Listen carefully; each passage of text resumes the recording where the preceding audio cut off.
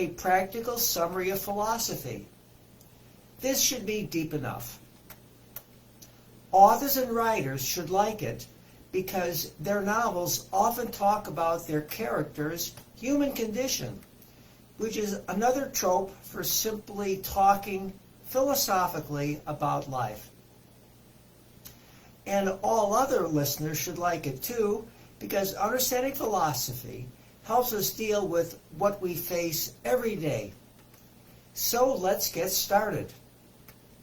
Philosophy is the study of both the external and internal worlds we inhabit, or in other words, the physical world and the mental world. And according to current neuroscience, philosophy began when the human brain evolved to contain enough neurons and neural connections for the emergence of cognitive self-awareness, emotions, and feelings came into being. Evidently, these emergent features allowed humans to better carry out their prime directive, live long enough to pass genes to the next generation. Anthropologists know of 4 civilizations dating back to 10,000 BC that had enough tools, such as cultural infrastructure, wealth, and language, to sit around and think philosophically. They are the Chinese, Indian, and Middle East civilizations that came up with a holistic, cyclic view of how the world works in harmony. And the 4th is the Greek civilization. They came up with a linear birth, growth, decay, and death point of view, separating the physical and spiritual aspects of the world. The Greek civilization is the first exceptional Western civilization that had what is needed to develop a sophisticated philosophy. I read many books and watched many videos explaining philosophy. Most are good, but they often use stilted language and too many words that make them boring and hard to understand. That's why I am making this podcast, to give an easy to listen to and understand summary that will help whenever you need to tap into philosophy. Here's a chronology of philosophy. The classical period, going back to the ancient Greeks, namely Socrates, Plato, and Aristotle. The Roman and Judeo-Christian period, that's from Jesus to the fall of the Roman Empire in 476 CE. The Dark Ages, also known as the medieval or scholastic period, lasting to about 1300. Then to the Renaissance, which leads to the 18th century Enlightenment. And then to the modern period, that's mid-1800s to the late 20th century, which gave way to where we are today, the postmodern period. And philosophy is divided into these disciplines. Epistemology, which is the study of how we know. And there are 2 ways for doing this: by either using our senses to observe or using our cognition to think things up. Then there is metaphysics, which is the study of the reality we see all about us. And within metaphysics, there is the subdivision called ontology. And that's what things actually exist. What is, is. Also in modern times, philosophers talk about objective reality versus subjective reality. Then there's ethics, which is the study of what is true and what is false, what is good and what is bad, and what is value, which is another name for virtue. And then there is aesthetics, which is the study of beauty.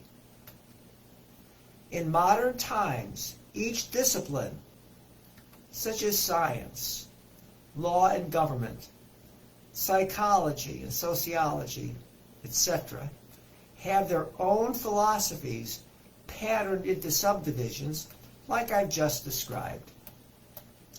Now I'll provide a chronology listing the philosophers most often mentioned in articles or videos. For Oriental or Eastern philosophy, there is Confucius, who taught that virtuous moral character comes from living in harmony with the world. Then there is the Buddha and his four noble truths. Suffering exists. It has a cause. It has an end.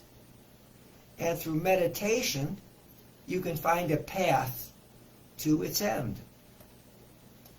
And from Buddhism comes Dharma, which is the universal nature of each thing, and karma, which is each person's life trajectory of actions, leading to consequences, leading to more actions, and so on and on. And for Western philosophy, we start with the Greek philosophers, Socrates, who asked, what is happiness and the good life? Plato, how should we govern and prepare leaders? He found answers and he wrote them down in his Republic. And Aristotle, how can we use science to understand everything? I won't mention other notable Greek classical philosophers, but I will mention some of their schools, such as Cynicism, Sophicism, Stoicism, and Epicureanism. Then to Roman and Judeo-Christian philosophers. St. Augustine, who tried to reconcile Plato with Christianity and emphasize faith over reason. Boethius, who offered a consolation that good works can lead to salvation. And to Marcus Aurelius, always keep a stiff upper lip. Then to Muhammad, a prophet for theocracy that combines church and state. Then to St. Thomas Aquinas, who tried to reconcile Aristotle with Christianity, and Averroes. He tried to do the same for Islam with Aristotle. And Spinoza, the first Christian synthesizer, heralding the start of the Renaissance. Then we come to Descartes, I think, therefore I am, and Kant, who is the first to unite objective materialistic and subjective spiritual approaches to metaphysics. And for the Enlightenment, we have Newton for rational science, Hegel, Husserl, and Heidegger for historical points of view leading to subjective phenomenology, which means each person creates a reality that hopefully jives with what others see and say. And then to gloomy Nietzsche, he said God is dead. And to Locke and Mill, who are the philosophers America's founding fathers used.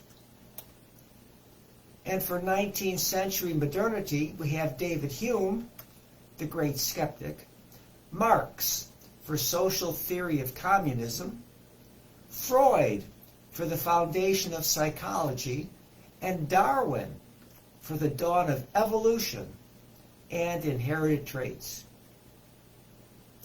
For 20th century modernity, we have Albert Einstein for relativity and the equivalence of matter and energy, John Maynard Keynes for modern economics, then Sartre, Kierkegaard, and Camus for existentialism,